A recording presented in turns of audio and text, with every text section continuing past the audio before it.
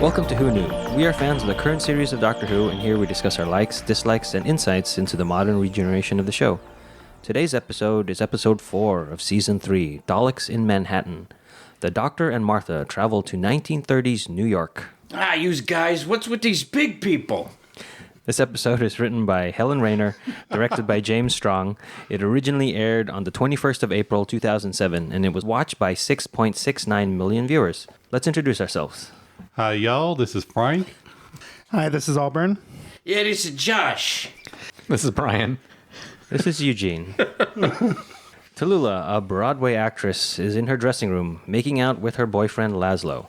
It's showtime, so she leaves and Laszlo hears something moving about. He follows a mysterious figure and is attacked by a humanoid pig. Of course. That tired old story. Yeah, Aliens of London callback maybe, but not really. That's right. I was trying to remember what the other pig man running around was. It was a smaller one, though. Right. He was just scared. That was a pig that they made into a human. This is the opposite. A human they make into a pig. Spoiler. Completely different. Totally different. Yeah, boy, it's an original idea. Confused with. Martha and the Doctor arrive at the Statue of Liberty, and Martha reads the date of November 1st, 1930 from a nearby newspaper. The headline is Hooverville Mystery Deepens, which sends them to visit a shantytown that is developed in Central Park due to the stock market crash of 1929. There they meet Solomon and Frank and learn that people are disappearing from Hooverville. I gotta say, like, we made fun of the Daleks from New York, but as cartoonish as they were, I did think they were like perfectly accurate. You're kidding. No, I'm not kidding. That's how people sound. It was amped up. Even Tallulah? Especially her. She sounded like she was from there. That's so why I don't you know moved away. if she's it had a certain cadence to that era, and especially like, that's true. Like entertainment wise, like she sounds like the one character from Singing in the Rain. I can't stand them. But just the actual dialect, again, it's cartoonish, but it was almost everybody was perfectly accurate. But I also think maybe I was watching it thinking this might be cartoonish because this may be what British people think people from New York sound like. That's exactly what it is, I'm sure. And I guess, and not New York, by the way. I think that's what British people think Americans sound like. Because even the main antagonist, he had a stilted way of talking, but there weren't any slips in the dialect anywhere. I'm curious as to if they were British people putting that on, or they were people from that area that... I'll tell you later. I figured you would. We made notes. I'm posing that speculation now. That speculatory idea. Jibba jabba. Who's a what's-its? I'm glad you said that because I kept thinking, oh, this is too much. And then, well, they're doing it well. But That's right. I kept going back and forth as to whether or not it sounded good. Well, off of that note, even though we're a little early talking about it, though, Tallulah, as cartoonish as she was, emotionally, I thought she was very good. That's something that happens on Doctor Who a lot, is your first thought is like, oh, what are they doing? And then your second thought is, well, they're actually, I'm getting pretty wrapped up in this. Mm-hmm. They commit. Like all the actors really commit to whatever role it is. And I think that's what sort of sells it. Like, she was good if you're going to play a cartoon flapper in the 1930s. They're setting up the time with playing the background music, a Rhapsody in Blue, and putting on the Ritz and getting all that going. And I liked what Martha said about the newsreels are just the black and white that you see, and that never seems real to a lot of people. You know, now she's here, and now they're colorizing a lot of the old footage that they're finding, or finding color footage. Right, yeah. Which brings it to more of a reality for a lot of people. What you just said made me think also, too, like point of view-wise, looking at the Shakespeare episode, it's this idealized view of Shakespeare's era, people speaking in Cockney and hey nani nani and that stuff. So in a way, and it was kind of amped up as well. Right. Mm-hmm. So this kind of is the equivalent to that in a way. Okay. I can totally see that. And I think because the production people aren't from New York, I mean, correct, unless there were people on the show who were, they don't have, it is just a point of view from across the pond, as opposed to if you were a New Yorker making fun of New York, it would probably be different. Yeah, and I'm sure the British laugh at and cringe at our stuff that we write as British. This is what England is like, and of course it's not. Yeah. So. And if someone in New Jersey makes fun of New York, they get their butt kicked. As well they should. Yes. They didn't film in New York. So everything that you see of New York is around Cardiff, except they did send probably a second unit. The director, the writer, and some Doctor Who confidential people. Yeah, and so they took like plates. Oh, really? So some of the like footage is... Yeah, so when you see the TARDIS materializing in front of the Statue of Liberty base, That's really there? that really is the Statue of Liberty base. Oh. But when you see the actors walk out of the TARDIS, they're in Cardiff. And I always notice the bricks. Oh. Because the bricks on the statue, they're all symmetrical, uniform. But when they're standing in front of the TARDIS and doing their scene, you can tell it's one of those British stone walls that have been around for like 5,000 years. And, all the bricks are like, well, we just have this size, so we'll just shove it in there and make it fit. And Well, what's funny is that in the Doctor Who confidential, like, we found something that matched. I'm like, no, you didn't. nice try. That's Backing up a little bit, when Martha reads the paper, to me, that's my first reference or homage maybe to Back to the Future when Marty goes back and he gets the newspaper out of the trash bin in Hill Valley. And then this will happen some more, so this is the first time I've noticing it. You notice the Doctor's reaction is a bit more serious than usual right off the bat when he looks at the paper. And he kind of keeps that through the whole episode. He's pretty serious through this whole thing. He's not the fun Doctor in this episode. And he has later on. There's a great line that sums it all up. Why he's feeling the way he does. And also to that newspaper thing, it shows that Martha's a smart companion because the Doctor's like, smell that Atlantic air. And it's about something, this and that. And then she goes, November 1st, 1930? Yeah. And then he's like, oh, you read it on the newspaper. You're getting good at this. Oh. But his seriousness is such a juxtaposition to pig people attacking. Just the visual that you're seeing is sort of the dichotomy of just the two of going some of this, and the accents when you first hear them is something we don't hear a lot of now with that cadence. When we first meet Solomon and he describes Hooverville, which by the way are real, there really were Hoovervilles. Oh, yeah. But a lot of people, I don't think, remember or know about Hooverville. So I think it was great that they brought that up. This is the first time I heard of a Hooverville was. Oh, really? Was And you're the history person, And I'm which the is history person. surprising. I mean, of course, I know about the Depression and I know about shanty towns going everywhere because no one had any homes. But I did not know that they were called Hoovervilles. And when I learned that they called Hoovervilles, was like, good, he deserved it. Martha wouldn't know because she's not from America, so that's not part of her historical canon. But the Doctor knows, and there's a quick line, and then we're moving on. Yeah. But I want to just go about Hooverville. There's also a lot of other terms, derogatory terms for Hoover. Hoover was the Hoover blanket, which were newspapers. Hoover flag, which were empty pockets because you didn't have anything. Hoover leather, which was cardboard used for the shoes, soles, that kind of thing. So It was not just a Ville, it was more. There's also a music number in the musical Annie, We'd Like to Thank You, Herbert Hoover, which is all about that, and it's often taken out of the production because it doesn't really advance anything. Really? Oh, that's interesting. But I was going to say about Solomon's speech, I don't like the writing. Yeah. It's too on the nose. Yeah, that's what I I was also saying. wonder how integrated they actually were. It's like the race is just not mentioned in any way, shape, or form. Well, in that speech There's it is. not. in the speech it is. But yeah. but no, but I mean in the sense of this is Solomon, who's a black man, who's in charge. In charge of this Hooverville. Everyone looks to him as the leader. He breaks up a fight between a white man and a black man. And there's no mention of race, racism, bigotry, segregation, anything. But the black man still loses half his loaf of bread. He has to give it to the... So it's there. Okay. You know. But like I like how they address it and brush it off in other episodes. Like in Shakespeare's episode. Well, I'm black. And he's like, so it's not going to matter. Look, it's just like modern day. Right. And it, maybe that's not realistic, but it at least acknowledges the issue and and then they kind of say, but that's not the issue that we're going to talk about in this episode. This one, it's just like over and over again throughout these two episodes. It's like I don't feel like you're really in the 30s. Yeah. I just don't see people being so integrated, even when you are down on your luck. Yeah. But if you're down on your luck and you're competing for every scrap you can get, unfortunately, the blacks were on the bottom of that totem pole. It would enhance the difference. Yes, I do believe that. I like the fact that they just, I liked how it played out in the episode, but it was noticeable to me.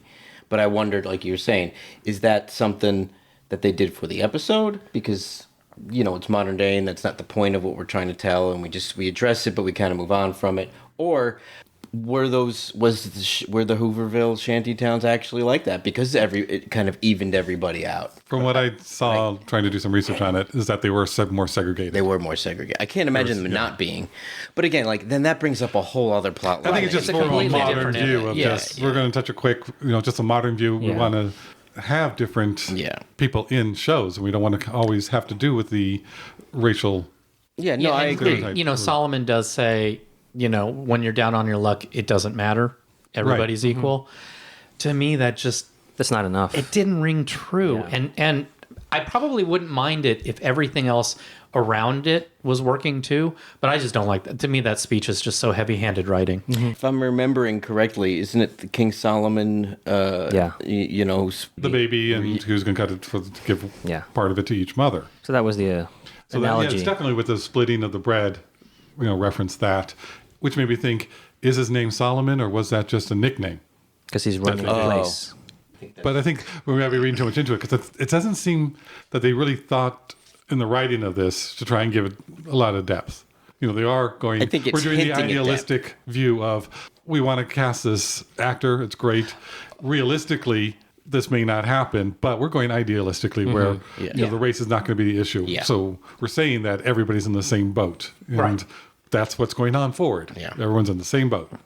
And I usually love that. It just didn't ring true to me in this. And maybe it's just because for me, there's something off about the whole thing. And that's whole just episode? the whole episode. Yeah, I'll agree with that. It just, like on the Shakespeare one, it doesn't bother me a bit. No. I love the fact that the British say, we don't care. We're just going to do it. Right? Yeah. And so they do it. Great.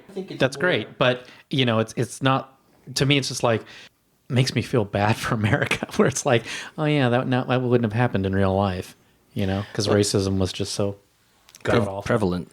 It's a trade. It's a balance between, you don't want to forget history, but you also don't want history to be like that. Those bad points in history to win. So by kind of people not even really noticing it, then the bad guys don't win. That's the a good bad point. Things don't win. 10, 20 years from now, when a kid watches this Doctor Who, or streams it, or however they do it, or plugs it into their brain, racism didn't win. But then there's with the Holocaust and this and that, never forget, and 9/11, all these different things. Where do you let history rule you, or do you kind of? I made a Hitler joke the other day, and I felt people be uncomfortable. And I'm like, we need to be able to joke about Hitler. Right. That way he loses. Right. But people are very sensitive these days. Thank you, Mel Brooks. Yeah, exactly. But the plot of this episode, these two episodes, could be taken out of this era and put anywhere else, because it's not tied to it. Right. It's not. So I'm glad that they put it in here so that we can at least remember and think about Hooverville and what happened with that. So I think we have to give it some slack. Yeah. That's not the plot. They just put this in the setting. Yeah. They're establishing the setting without going too deep into it. And I want to do that. Yeah. And besides, the actor who does Solomon is really good. He is really good. I recognize him from other stuff. I don't. Do we know? Yes, we do. Okay. Do you guys want to take a guess where you've seen him before? Episode 1, Captain Panaka. Oh, yeah. Star Wars Episode 1. Yes. Doctor Who episode. Well, if you must. But yes, I know what you're talking about. Oh, yeah. To Brian's earlier point about Solomon's speech, I think even before that, the doctor talking to Martha about the Hoovervilles and the history definitely to me started feeling like British people patting themselves on the back for the more socialized government that they had at the time of this. I'm not sure currently. I'm not even sure then exactly. But it did feel a little like how great the British system was, because the U.S. system had led to Hoovervilles and this. I mean, I can kind of see that. But I agree with you that Solomon's speech felt a little over the top, but I think it even started with the doctor setting it up. I can see that too. Yeah. I don't know. And the funny thing is I feel that you could have expressed those ideas in the same amount of time because they're also under a time pressure with Yeah, the it script. really was no subtext. Yeah, Yeah. just kind of like, okay, soften it up a bit.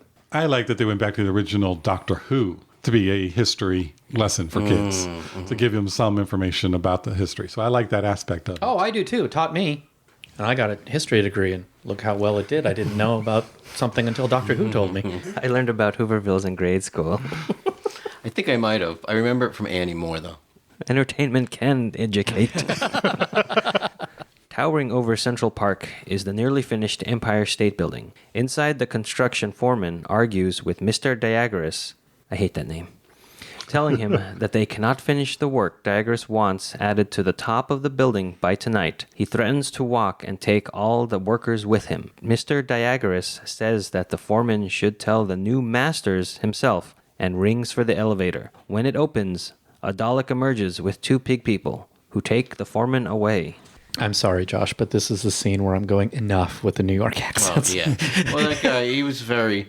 Well, we'll talk about it later, but I find it very interesting, his before and after performance with when his character goes through a change later on. Yeah, that's true. But, oh, yeah, it's very... Again, I'm not condoning or whatever the performance. I'm just saying that there were no slips of the dialect where that's not how people would pronounce such and such, because you hear that's basically what I'm saying. Okay. Because there's a lot of East Coast New York pronunciations that people think are said one way, but they're really not. Oh, okay. Well, this guy, Diagoras, Eric Lauren, is an American from Boston. Well, yeah, Boston, yeah. So it must have been killing him to do a New York Yeah, accent. maybe. It's similar. It's similar. Like when I went to college, Right now, all the New Yorkers and Bostonians are screaming at you. Unsubscribe, unsubscribe. Yeah, we ain't nothing like that, Boston. Boston. Yeah. Red Sox. Where's this guy, California? Who's he think he is? You've been out there too long. Why don't you call your mother? She'll tell you what's what.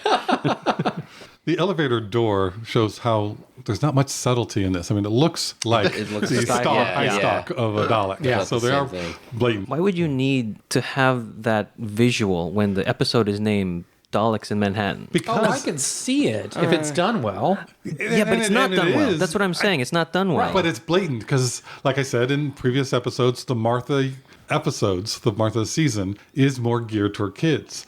The Dalek tells Mr. Diagoras, I hate that name, that they need more men.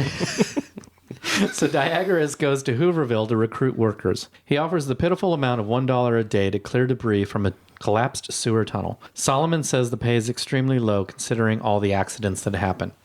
The doctor, intrigued by the missing people and accidents, volunteers along with Martha, Solomon, and Frank. The 4 make their way through the sewers to where Diagoras said the collapse would be. But instead, they find an organic, gelatinous dead glob that looks like a cross between a brain and a jellyfish. Who thought he was going to lick it? I did. Or at least lick his fingers after licking it. But I could hear touching Kelsey's it. voice. Yeah. Oh, that was Lick it. It's actually Arlene. would say that. Oh, yeah. Well, if he would have licked it, we would have had a shorter episode because he would have been like, Daleks! So what you're saying is he should have licked it? He should have licked it. Oh, okay. This would have made a shorter episode. Did the Doctor in season 1 see the Dalek in its true form in that episode? Yes. When it opened briefly. And he had Right. seen them before. He had seen them before, so I'm a little surprised it didn't. It didn't. That occur didn't look to like a Dalek, though. Yeah. But I thought the prop was sufficiently disgusting. Oh, it was. It was, I like Martha's reaction to it. yes, The stench. she sells it. She does well. Yeah. And she's a doctor. And then when he goes puts his face close to it, and she reacts to him doing that. It's great. Half of acting is reacting. Yeah. So when Diagoras is offering the who's going to come and the work, Yeah. again, that just, to me, it just didn't ring true. I don't want this to be, have been a show about racism, but I don't know. Maybe if they had done that, it would be a much better episode. But again, that bugged me. And even Martha volunteering to do the work and getting chosen to do the work. Yeah. Not because she's black, but because she's a woman. Yeah. I don't see them doing that. I don't. Right. It just. So it's not. So it's they didn't pay, and they know that they didn't pay them enough that they can get out of Hooverville. Yeah. So they keep going. It's like, oh yeah, these accidents keep going off, and people are dying. And it's front page news, so it's not even just like an isolated thing. Yeah, It's that's true, well too. known. Right. And So again, it's just kind of like, again, they're moving the story along. They needed to set up a way where it's the 4 actors and, nobody else. I just, again, wish that there had been another pass of the script just to make it just a little bit flow a little bit better, you know?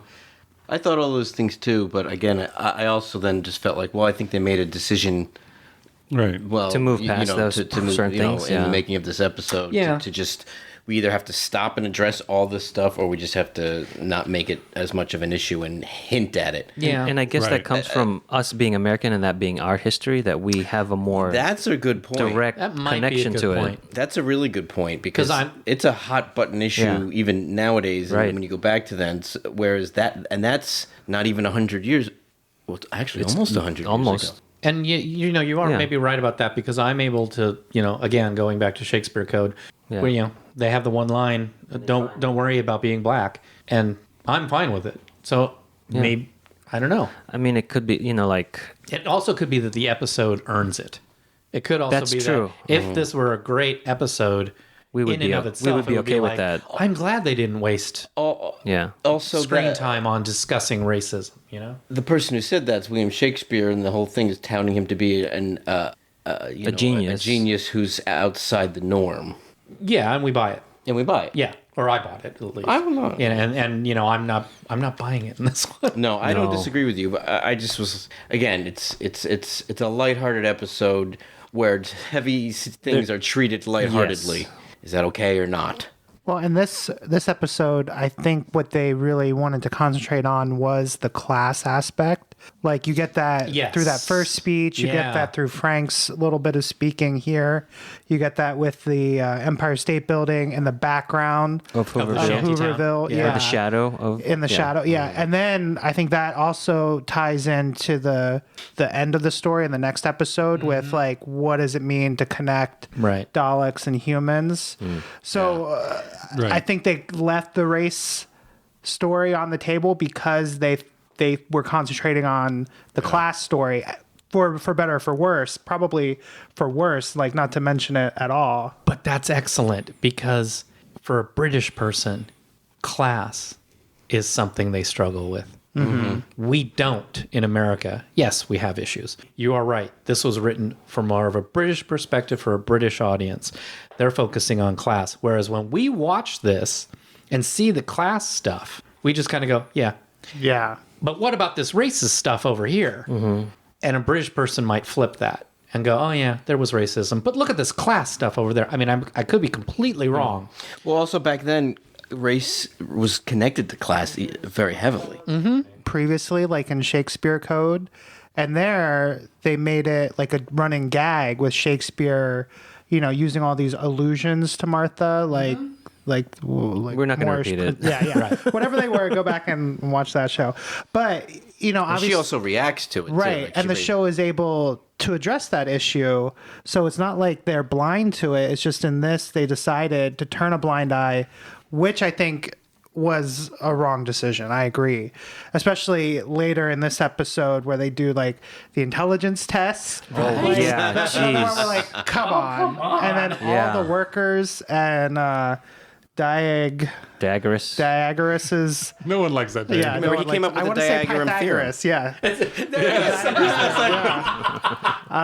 All the workers there are all white and all very British looking white people too, like the blue eye, Yeah. shaved head. Fair but- Are you skin. trying to make Yeah. a Hitler joke? Trying to make a British joke. No, because those wouldn't be funny. Right, that's what Not yet. Yeah. Well, on the lighter side, Sorry. those people who are just watching this episode for the first Yes. time, or after have recently watched a few years, look and see, oh my gosh, it's Spider-Man. Yeah. Where we watched it when it first came out, and it was like, oh, it's this new guy. He's got something. I think we'll see him later on. That's funny. He'll develop. So, And Andrew what Garfield. is that accent? I mean, golly, that accent just does not work. I didn't think he did bad. Oh, he thought he did bad. He said he thought he did bad because he didn't know why he was talking that way on the set. He does that Maybe I watched too again, much Dukes of Hazzard when I was younger, so it's fine. but he does that accent again in Hacksaw Ridge. That's right. Oh, It's yeah. very Is simple. it the same accent? It's pretty much the same accent. Oh, because there was an interview with him where he was going, "Why am I talking this way?" Well, maybe it's I don't. To me, it sounded the same. Like Auburn, did it sound the same? I felt like it was the same accent from Hacksaw. Well, that Hacksaw Ridge's accent was this accent. It's just with a little bit of coaching. I just envision that everyone from the South cringes when they hear that. Now when you guys were going to talk about some of our actors and their origins. We could. Just because Andrew Garfield is British. No, no. he was born in America. Oh, well. Grew up in Britain. But he has a But his British accent. accent. He Yeah, has an accent. he has an accent. Yeah. I'm sorry. I will rephrase that. He lost his American accent. Because we all have accents. Right. And then Solomon, it sounded like you guys did some research into his into his actor. Yes, the actor is Hugh Quarshie, and he's from Ghana, and he grew up, I guess, in England because he's a member of the Royal Shakespeare Company. And other than Captain Panaka in Star Wars Episode 1, he was Sunda Castagir in Highlander, if you remember that. The TV show? Oh, that's right. The movie. The original That's movie? right. The original movie? Yes, the original movie. It's here. It's in New York. Yes. That's who he is. Yeah. He's that old? He didn't look that old. Wow. The quickening. I was going to make a bad joke. What? I think Frank knew what I was going to make. You probably didn't see this one. He was Detective Joyce in Nightbreed. Who also was in Nightbreed was Eric Lauren, who played Mr. Diagras. Oh. Eric Lauren was also the cook in Memphis Belle, and he was a War Department lieutenant in Saving Private Ryan. But they have a good cast. I mean, these are some This talented is a people. good cast. Oh, in this show. I thought you meant In this Saving episode. Private Ryan. Yeah. Well, Yeah, no. It is no, but I mean, they've done it. It's a strong cast. It and is a they very commit strong to what cast. they're What about, doing. So it's something doesn't Yeah, work they in this commit. episode, but it's like I think the writing is just very on the nose. Yeah. And it's kind of and like the lack of subtlety yeah, kind of just lays it out there. It doesn't really give an actor much to work just with flat. when they're just saying row row your boat. What about Tallulah? Tallulah is Miranda Rison. She's English. She's done a lot of stuff for Thomas and Friends, the train cartoons, voices. But upcoming, she is going to be in Murder on the Orient Express, directed by Kenneth Branagh. And then Laszlo is played by Ryan Carnes, who is American. He's a drummer. He's a musician. He was Lucas Jones in General Hospital, Kit Walker in The New Phantom, the 2009 version of The Phantom, and he was Justin in Desperate Housewives. That's where I remember. Yeah, I remember from that. So it's a mix. I would really love to hear the actor who plays Diagras. I'd love to hear his normal voice. He probably does. I mean, he could probably put on a good hard Boston accent. Oh, well, yeah. I just want to hear how hard right. his Boston accent is. It's probably wicked There's hard. a scale. Wicked. Yeah. All right, now you don't offend. We Really? don't want any Boston people coming to hunt us down here. I'd be more afraid of them. Let's not talk about anybody from Philly. Then we have to change our name. So switching slightly, I think that Frank shows that he's good companion material. you. Oh, that Frank. Yeah. Okay. The Spider-Man Frank. And you can see like there's sort of a little hint of maybe a romance between Martha and Frank at this point. Keep going. Statutorily. Don't think it's romance. There's a Martha. Anyway. there's a connection. They're talking. I think as it's an they go outcast connection. Yeah, I do too. Okay, but I'm saying there's a connection, Right. and one time I watched it, I read it as romantic, and the other time I watched it, I did not read it that way. But Frank noticing that there are no bones around and thinking that those Yes. people who are taken are still alive. And he's very That's what you mean observant. for the Yes, companion aspect. he's smart, observing, and I think if the doctor were noticing more, there would be something there. Plus, he also wants to help. Yes, it's kind of like Adam from season 1, but we like Frank Yeah, I like Frank a lot. because he's a young guy. Yeah, he's he's one of those characters you don't want anything bad to happen to. I like his hat. They mentioned about how Oh, yeah. the costuming was like, we have to have hats, but we can't have everybody have hats because they were saying that people hat act in the thing. Yeah, but everybody wore hats back then. I know. I'm just saying According that to the it was a Animaniacs. choice. We've been walking for a very long time. Where do you think we are? And the doctor does it, and he does it like this. Well, we're right under Manhattan. And it's like, yeah, you're in Manhattan. You've been walking around. Of course you're right under Manhattan. I mean, I wanted Martha to be like, duh, where are we? That's when the Buffy line, does the word duh mean anything to you? Is perfect. I mean, seriously. It makes me kind of think, I wonder if the people who wrote this didn't realize that Central Park was in the middle of Manhattan. That's the weird thing.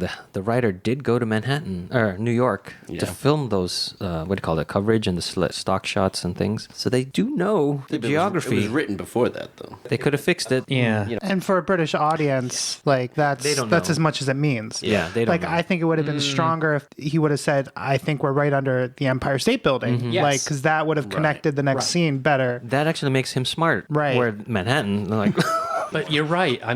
All three of you. It's the show written for kids. For in British England. kids.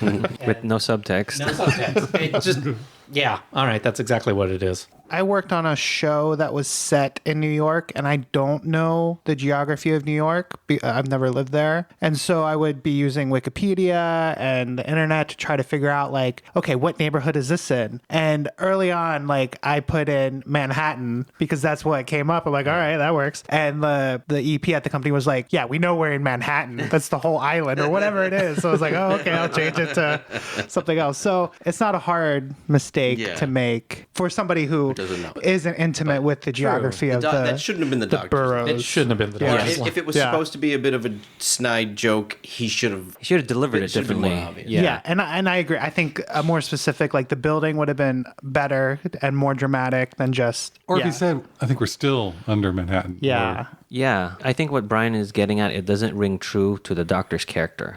yeah. No. He should have been, it might as well have said, I think we're still under the sun. Are we still in America? Well, Earth. We've been walking for like half a mile. Yeah. Dagris tells the construction workers that they need to attach special metal plates to the base of the spire on top of the building. They protest, saying that it is too cold. Their hands would go numb and they would lose their grip and fall. Dagris threatens them to do it or they will be replaced. They reluctantly pick up the metal and climb the outside of the building. The Dalek arrives and it and Dagris reminisce about past wars affecting their species. Dagris says he will do whatever it takes to rule New York. The Dalek receives instructions from another Dalek who is watching the conversation remotely. It is to bring Dagris to the lab so that the final experiment can begin. There, they reveal themselves to be the Cult of Skaro. You didn't mention what the metal looked like, though. So what did the metal look like, Josh? The metal looked like the half spheres that are on the Daleks. Because it was. Dun, dun, dun. Well, I know, but we don't know that yet. When I originally saw it, I just thought they built that. Yeah. Right. I found it interesting that the spheres connect. There's not just domes on the outside plating of the Dalek's skirt. What do you Are mean? they, is that one piece of metal with the dome going through it? That's what I'm thinking. It looks 'Cause- like that. No, it does, was flat on the bottom. No, it wasn't. Well, one I guy always picks one take it up. as two pieces I thought it was either together. two pieces. Because in the episode Dalek, the spheres remove themselves and they're Oh, spheres. you're right. Oh, you're right. Yeah, I was thinking Yeah. the same thing. Yeah. So, Okay. But later, when they do show where they come from, there's not divots there. Yes, I was Where going the to bring that holes up. go. You're right. It's on the backside of Dalek Thay, I believe. I'll take your word for it. Back to this speech with Dagris. I hate that name. Anyway, I think it's interesting that Dagris has the same. He's also affected by World War I in the same way that Solomon is affected, but these two individuals have different outcomes of how it affects them. Solomon is more about rising above adversity and trouble, where Dagris has become more insular and selfish, and I want to rule New York so that this doesn't happen to me again. It's just a weird dichotomy between these two characters. I like that. I like that point. Also, Dagris wasn't anybody higher up. He didn't have money before the crash. He was the foreman. Yeah. And then the Daleks psychically gave him ideas. And he talks about that in, I think, this scene where the Daleks came, gave him ideas, helped him and elevated him and used him as their liaison to the... Elevated him? Yes, elevate. So I thought that was good where it's like they needed somebody, you were picking you. Yeah. Even Solomon said this is strange, but this time is strange for people who had millions, now have nothing, and it switches back. Yeah, despite all our criticism of that scene earlier, I think it's great that Solomon points out that there's a lawyer, there's this, there's that. And I think that's good. That's true. That's good. That's true. What's not good about this scene, though, is they have a Dalek reminiscing. Dalek Khan reminiscing. But he's one of the The Cult of Scar. Yes. Well, yeah, so they are different. They are... This conversation is like a conversation between two war buddies. Right. Yeah, I don't disagree with you, but I just think it's all leading up to these Daleks are different. But I think because of the temporal shift, something happened in Sek and something happened in Khan, who are the two higher-ups. Right. But it is odd that he's reminiscing about New York. There's always a city of New York throughout history. No matter how many news you put in front of it. This is a melancholy speech out of a Dalek. And to me, on top of everything else, it's just one more thing that just doesn't ring true. I think, again, it's a symptom of that, and that didn't give it another pass of paring it back. Also, I hadn't considered the way you look at it, or how you all looked at it, where it's like these are Daleks that have changed. I try to rationalize it in my head as that he's playing Diagorus. He's testing Diagorus. He's trying to figure Diagorus out to see if Diagorus is smart enough to participate in the final experiment, which is what Dalek Sek goes, we're going to use him. Or you've gotten out of him what we needed to know, so we are now going to use him. That's how I rationalize it in my head. And Khan says you would make a good Dalek. Yes. Because they're similar. So he's made that connection. So that backs you up on that. Yeah. But I still don't like it. I think I remember... I like my Daleks pure. You would make a good Dalek. With Dalek races. I mean, then that's great when they first did the Daleks because they were just pure. Yeah. But throughout all the different seasons, throughout the They had to do something to years survive. of all these changing and people bringing new things into it, that when they first reboot this, Russell put in the episode Dalek, Yes, which I love. which the Dalek was changing. Yes. I mean, But he wanted to they feel. gave it an instigating moment there when she touched it. So something happened. We that Dalek. found out the explanation. But Mickey of also what happened. touched this arc- thing no, in the touched arc, the arc. in Doomsday, which would have changed. Oh, there started you changing go. the whole Dalek race. But I understand it's not a pure Dalek, but I'm thinking the only thing that gets me because of the temporal shift screwed them up a bit. What is... Because they had the temporal shift from Doomsday, and Because they got the to void. the emergency temporal part and got thrown back into the 1930s. Do you remember the moment in Doomsday when the Rose and the Doctor opened up the void and they're all being sucked Yes. in? There's one brief shot where we see Dalek Sek going, emergency temporal shift, and he disappears. All four of them disappear. We don't see all four in the episode. We just see Dalek Sek disappear. Okay. No, I vaguely remember that, but Yeah. I totally wasn't... So that answers where they went. Totally understandable. But they were thrown back to the 1930s. So much happens in these shows. Or 20s. or This is 20s, yeah, 1930s. because this probably took a I while. was like, wait. They caused the stock market They crash. got thrown back to the Depression era in New York. Okay. So in I their find that time- very interesting. I like this episode a little better now. But I agree with you on a lot of this. I'm just, how I always do it as I rationalize a lot of things I don't like. They gave a doctor scene to a Dalek. Yeah. You could make this work, right? Like we had Dalek in the first Right. season and talking about the Time War. And you felt sympathy for that Dalek, and it was well written, and it worked. Yeah. You know, it worked from beginning to end. This scene just seems to just kind of come out of nowhere. I almost think it would be better if Diagorus was talking to that foreman trying to get out of working at night, because they would have been, maybe he would have been in the war too, and then the Daleks are observing them, seeing if Diagorus is, That would have been way better. worthy of becoming converted. Yeah, And then we he just would've see said Dalek Sek watching the two Yeah, humans that would have talk. been better. Yeah, Yeah. totally. What other episodes did this writer write? She goes on to write another two-parter in future seasons, or a future season of Doctor Who. Oh. In the sewers, the Doctor's group is chased by pigmen. They make their way up a ladder and are able to get out, except for poor Frank. The ladder leads to a theater, where they meet Tallulah, who points a gun at them and asks them what they did with Laszlo.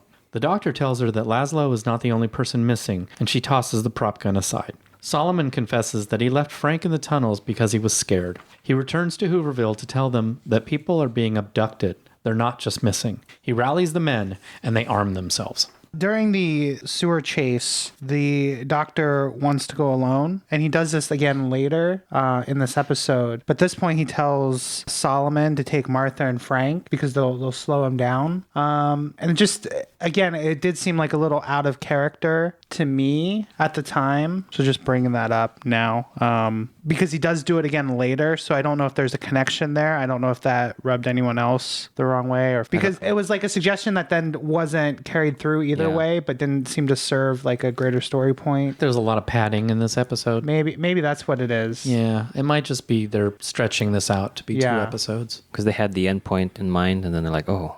We have to get to that point. And I have in my notes a scene earlier with this, and maybe we'll talk about it, but when Diagorus arrives to the Cult of Scarrow, where we're introduced to them again, he steps out of the elevator and starts putting on gloves. I noticed that too. So what happened with that?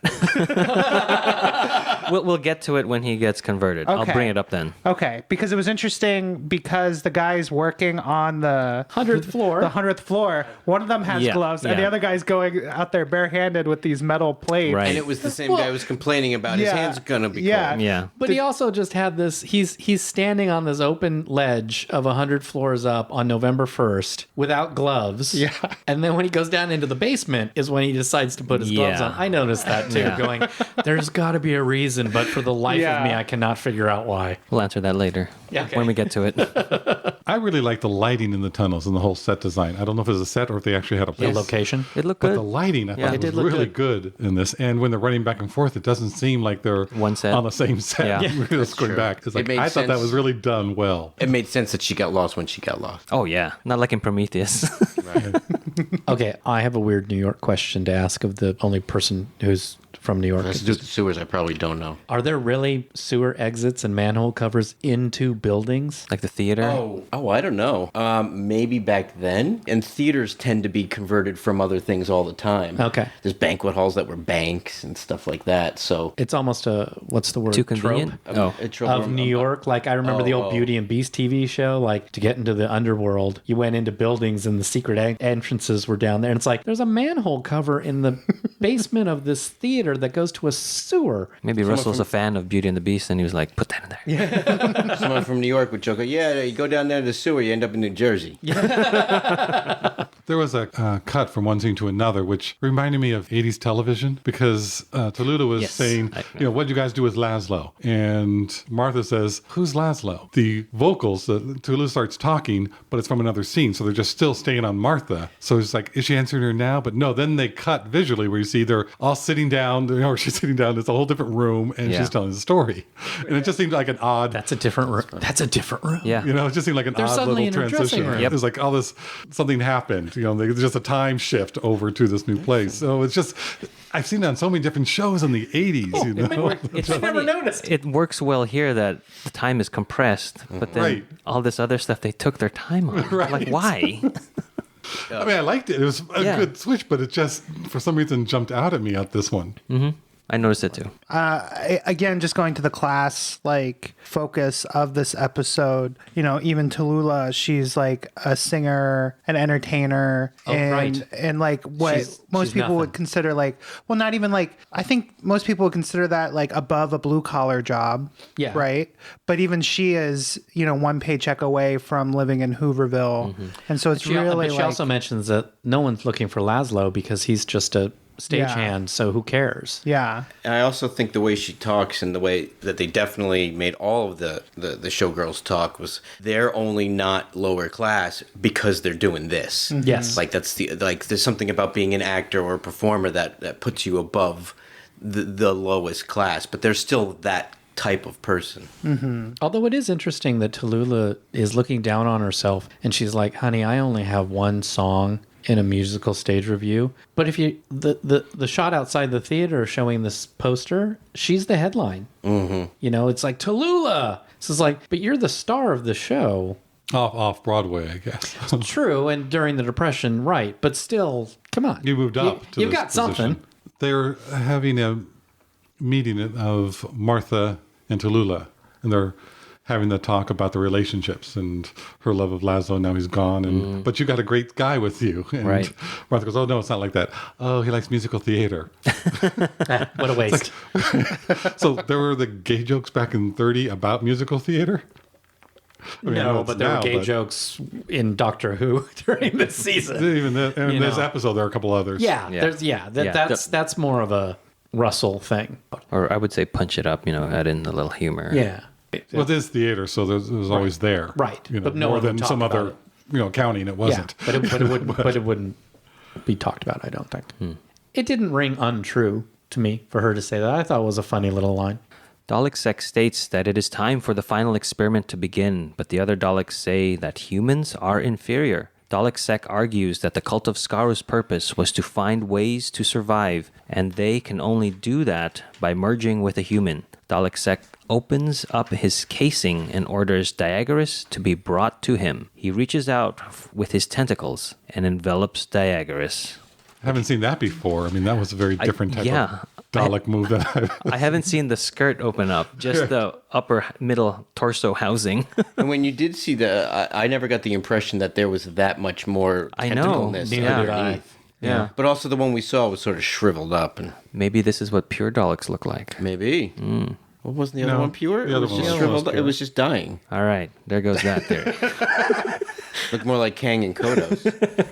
Yes, it did. If you know a better way to exchange amino acids. I mean, it makes a good point of if we're so superior, why aren't we winning? Mm-hmm. Why are we losing? Why are we Right. almost extinct? Yeah. And when he says that moment, like Dalek is giving his speech of why they're doing this, and the other three Daleks are kind of, they look at each other like, this guy's crazy. I love that, actually. All they have to do is turn a Dalek's head, and Yeah. it's like you can Yeah. read so much of what's going on. He's yeah. nuts. Because one time I read, there he goes again. There's our fearless leader. Well, I think it's because the little movements we project because there's no emotion on Yeah, there. that's true. We're putting whatever we Yeah. want onto that moment. Well, it's the same thing that they do with R2. Yes, You know, it's it that totally same thing is. where Yeah. you just do some subtleties and it really pays off. Yeah. There's something about it that didn't really make it great. I can't find the right words, but I think it was animated well and performed well enough. I thought that was better than most of the mats they had of showing them overlooking Manhattan. That's the weird part because they went in and they shot those. Those are supposed to be real. Well, it's the compositing. I know, but I'm like, why didn't they make that work better? Well, they didn't have maybe they had a freelancer on the composite. They team. put all the budget into Dalek Yeah, maybe. taking in diagram, whatever. Oh, I bet you that's very true. Yeah, the battle shell is very roomy on the inside.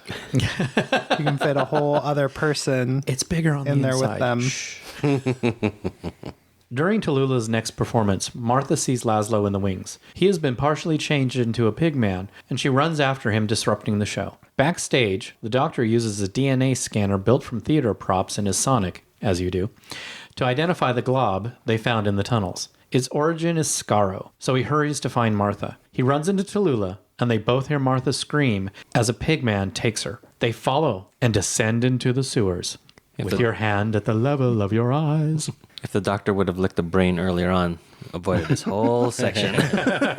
Now, this was the part of the show that how ridiculous it was when she was trying to hide behind him. It was fun and funny. Go behind the curtain that goes across stage. I mean, Yes. But it was so camp. yeah. Again, It was done as camp. like It was you- just It felt like a kid's Kids. show. Well, they did a lot of Buzzy Berkeley, camera shots. Yeah, so I that was know. kind of, And okay, this is what you're getting, right. but you don't see this from the stage. But there was always the through line of realism always came from. It's like almost like the Doctor and the companion are straight men for the world. But this world was so campy, you'd think there was more of a through line. And I see Martha doing that. It was just. It seems so out of character. It also did seem out of character. Like, how did she think she was hiding? What did she really think was happening? And I think the establishing shot was odd because she was looking to her left. I think it was the And left. came off from the right. So she was looking the opposite direction. So I was expecting, if you're looking at the television, on the left, because that's where she was looking at the beginning. But she comes off the right. Yeah. So weird. even the Busby Berkeley number was so stereotypical. Right. The thing, though, I mean, I don't know. I'm not so well versed in 1930s stage dance theater.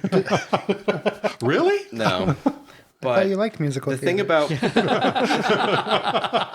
the thing about the Busby Berkeley movies is that they were movies from the camera's point of view. Exactly, It doesn't yes. work from an audience, so you wouldn't necessarily have a show that does that for people sitting in a theater looking at you from the front. No, agreed. He has a point.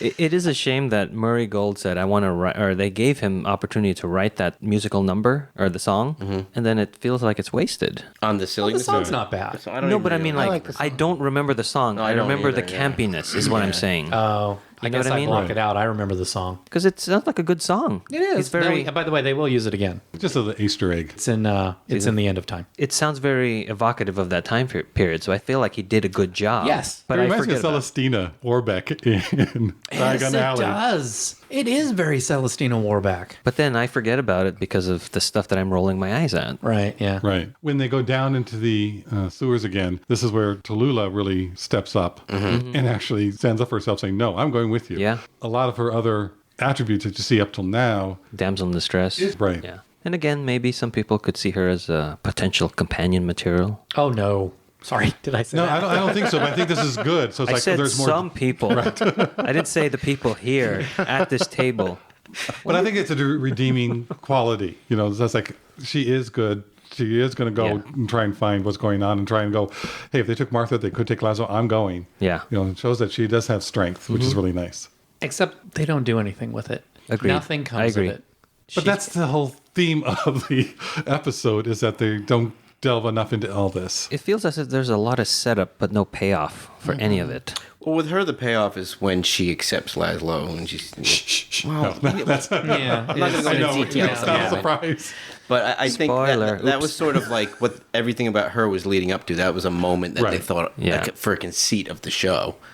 The Doctor and Tallulah run into Laszlo. He still has his mind and the ability to speak because he was able to escape before they totally converted him, but he has the ears and the snout of a pig. He tells them that the Daleks scan the humans for intelligence. Those with low intelligence are transformed into the pigmen, while the others are taken somewhere else. They soon come across the group with Martha and Frank being taken to the laboratory for the final experiment. Laszlo tells Tallulah to go back to the theater, and then he and the Doctor sneak into the group, going to the lab. And that's why they don't do anything with Tallulah. Yeah, I'm going down into the sewers with you. And then Laszlo says, now leave. And she leaves. That's what bugs me. Well, the doctor wants Laszlo and her Yes. to go. And Yeah. Laszlo says, well, No. you know the way back. You go. So And she goes. So it's like they do what they should do with the Laszlo character. Yeah. But the Tallulah character, they don't know what to do with her. So, okay, we will get her off screen. We figured there'd be something more with Tallulah. It's very feminist to write a scene where a woman's going to love a man even though he's a pig.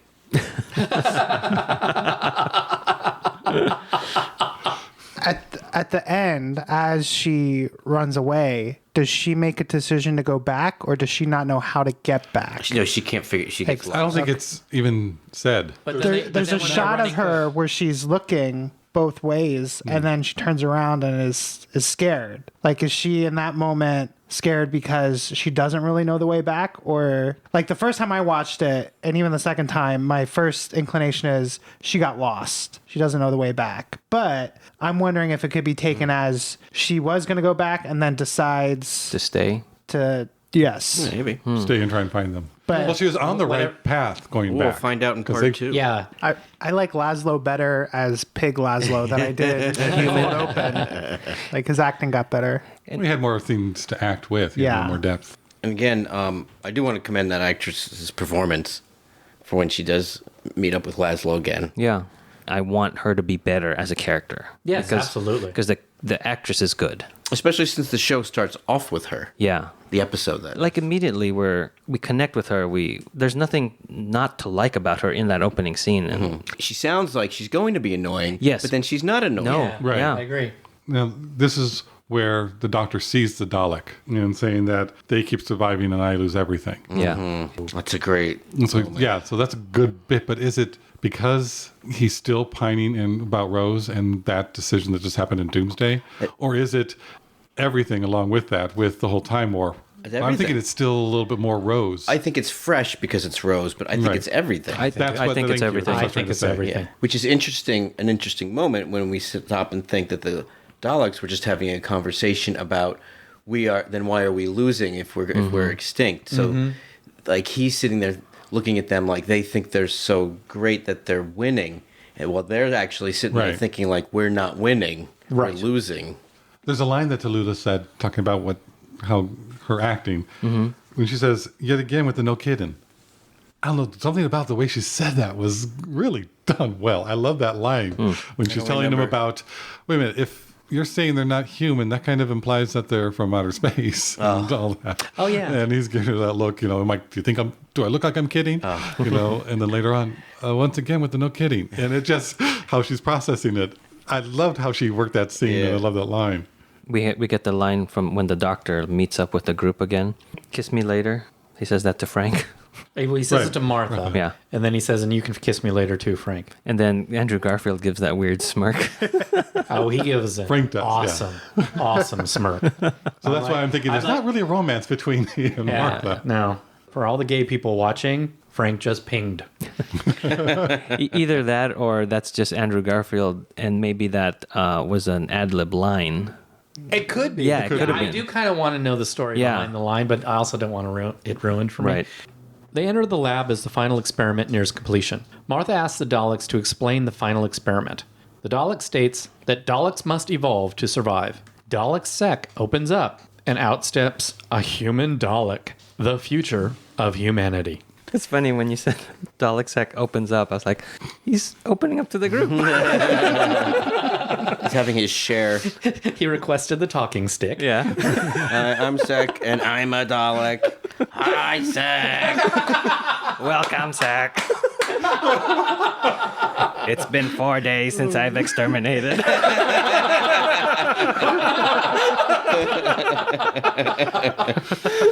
I've been feeling a little angry at the world lately. It kills if you kill it. I did not like his head. No. I don't like having the one eye. I got to tell you, though, that eye, to me, seems very expressive. It does. Yes. Like, it doesn't yes. seem like... Because, technically, someone else is controlling that thing. Absolutely. And it really seems to react to his acting. Yes. Yes. Yes. It And, is. You can get an emotion from that eye. Which is a shame. But the because rest. it doesn't work for me. Right. And his gloves are gone. Okay, so we get the I was going to glove get to that. story? Yeah. So what happened when they were doing that, backing up to Gridlock, when you have Brannigan, the cat man, he's wearing a full-on costume with gloves because they didn't have enough money for prosthetic hands. Okay. So it's just his face. And so that's what they normally do with these types of makeup aliens. And so when they were doing that with Diagris, they were thinking along those same lines. So that's why he puts on those gloves before he gets converted. And then when they revealed to them what the prosthetics would be, they were like, oh, we have these gloved hands that, he's alien hands.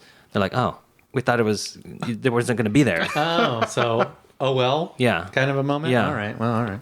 Do you know, is the human Dalek played by the same Yes, actor as Diagris? it is played by the same actor, Eric Lauren, and the way I guess this will be happening next episode, but when he's talking to other people, he can't hear them because of the mechanisms operating the eye and the tentacles. So what he does is he waits for Tennant to stop talking, and then he says his lines. Really? So he can hear... Can he see? He can only see. He can see through the nostril holes underneath the eye. And I do have to say, I was looking at that going, what does he see through? It's one of those things, though. In the next episode, as it went on, I started to enjoy it. But I also liked it. yeah, I thought they sold it. I thought his performance sold it. But in this episode, again, when you only see a minute of it and all it is this silly looking thing, it's ridiculous. Yeah. It didn't feel organic that it was combined. It didn't feel No, like I it agree was with that. part of the body that was you see in front of you. And it's a human Dalek, so he's got a Right. human body and a Dalek head. No subtlety whatsoever. The Daleks came from the Kalids, who were humanoid. And when you saw, especially in this new incarnation in the episode Dalek, that it looked like a human face that's been altered and just diminished. So it had one eye open, but you could see where the other eye would be. You could? And Yes. the mouth and the nose. When you can see, it's It was been all kind of imagine melted it like in there. melted down and closed. Oh, wait, in this episode? Or No, that? in Oh, in the other one. with Christopher Eccleston. Right, yeah. So you could see that, and that's how they were presenting it for this, Version. But it's sort of been the new kind of versions of it. So bastardized this into- seemed like somebody didn't. I don't know why. Do their it seemed like they research. it's more than that. Yeah. And that's what, this is my own, I know a lot of other people don't agree, but that was my pet peeve of, you didn't take what you've established 2 seasons ago of what the Dalek looks like inside there and keep with it. Well, I noticed that Laszlo's teeth were filed down like they do to pigs and stuff. And if he was only a pig for a week or two, then it wouldn't be that teeth wouldn't be that long. And who would file that down? It would actually be really sharp or long and pointed. I wondered about that. Oh, you did? I did. Because that's how they developed the DNA when they were doing it. Oh, maybe. Okay, there you go. Yeah, Because sure. all of them were the exact same. So it's like, okay, that's part of the programming of the DNA. Or, maybe they into did that slaves. so they couldn't fight back. I did wonder that too. Yeah, I did. It was like, did the Daleks do that so that they couldn't damage? There's little things like that I wish they would have spent more time on. Why are we got the pigmen? I mean, why are they? Your Daleks. They right? use pigs in experiments that are very I think they're genetically close to people, actually. Yeah, but Explain it. But in the script of this story, the Daleks said, we need slaves. Right. So we're going to take human beings and make them look like pigs. Right. It's like more work than But is they needed. also needed to experiment with human DNA in order to do the final experiment, which was the combination of that's Dalek what and it human. is. So this was their This was figuring in between. out human DNA and also we needing needed slaves. that to be said Okay. from Yeah. a Dalek. Again, We Yes. needed that. let's do another pass on the script. Like we tried cows, I think- frogs. no. Or as Allburn would say, it's either brilliant. I think that's that whole intelligence test part. I know, I just think the pigmen are stupid. I think they should have had a line in there to explain why Yeah. they chose pigs. I agree. I agree. Another thing, Mr. Diagoras, even though we hate that name, he's named after the 5th century BC Greek poet Diagoras the Atheist. That's where that horrible name comes from, All right. So if he believed in God, he would have had a better name. probably. Tallulah was based on Jodie Foster from Bugsy Malone. And those of us Oh, who yeah? are older remember. Yeah, yeah. My name is Tallulah. Anyway. Oh, her name was Tallulah in the movie? Yeah, Jodie Oh, Foster's I was character is thinking of Tallulah. Tallulah Bankhead, who was a... Which was old-timey also actress. part of the whole Bugsy Malone, 30s gangsters and all that. But for me, Tallulah, I don't know, if it's more of the actress and how they dressed her up, reminded me a lot more of Leslie Ann Warren.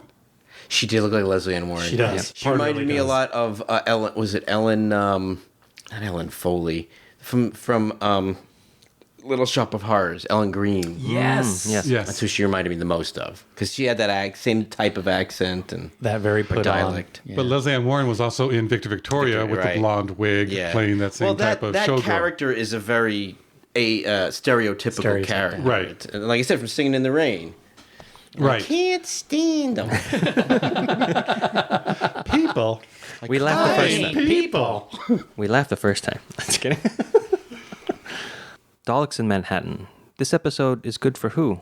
Or specifically, who is this episode good for? A new viewer, a casual viewer, a fan of the show, or a diehard? You probably already figured out from my comments how I feel about this episode, but one thing that's interesting is before I started watching this episode for our podcast, I thought these were great episodes. I thought these were really good episodes. And I would always talk to Eugene going, how come you don't like those episodes? I just don't get it. And then I watched them again. I'm really torn between a fan of Doctor Who and a diehard. That's what I really think about it. There's just so much in here that I think there's not to like. And it's difficult. It's like, because of how I used to think about this episode, it's like, well, no, it should be better. But when you watch it in practice, maybe it's not that good. But now after the podcast, and even though everything that we've said, we've also brought up some good stuff. So there is little bits and pieces in here that we can find that's good. So I think I'll be kind, and I'll say that it should be the category of you should already be a fan of Doctor Who. I was gonna say Die Hard because of everything we were talking about, but I wouldn't consider myself a diehard. And this is one of those episodes where I thought I was gonna hate it again, and then I'm watching it and I liked it a lot more, and I remembered liking it. All these silly episodes end up being that way for me. But and again, I think that's also because I already know how silly they are, so I don't have an expectation. But I don't think it's a good episode, but I enjoy it, and I'm not a diehard fan, so I would say fan. I don't particularly remember disliking these episodes or really liking them. They do, I think, stand out in my memory because the human Dalek hybrid is such a memorable thing. Laszlo being a pig slave person is really memorable. And even after watching this a couple times yesterday and today, it's still enjoyable. I'm going to go with a number 2. It's good for a casual viewer. I think I would not present this to somebody as a first-time Doctor Who viewer, but I don't quite have not the hate, but the dislike that maybe Brian or Josh have. So I'm going to say hate. Okay. I don't have the hate that Brian has. So I'm going to say a casual viewer. You should know a little bit about the whole Doctor Who universe. Yeah, it's also not a very doctory episode. He's not really his usual self. No, he's not. But it might be fun for like an American or somebody who's like into that period of time or into, more like showy Broadway, like, because you get some of those, like you get a dance number, you get some costumes, you get that world that's apparently very accurate, according to Josh, as far as the accents, dialect wise. So You I'll can't stick get with Josh off Broadway. with 2 for a casual viewer. I definitely would not use this episode to introduce somebody to Doctor Who. So I was with Brian saying that it's either for the fan or the diehard.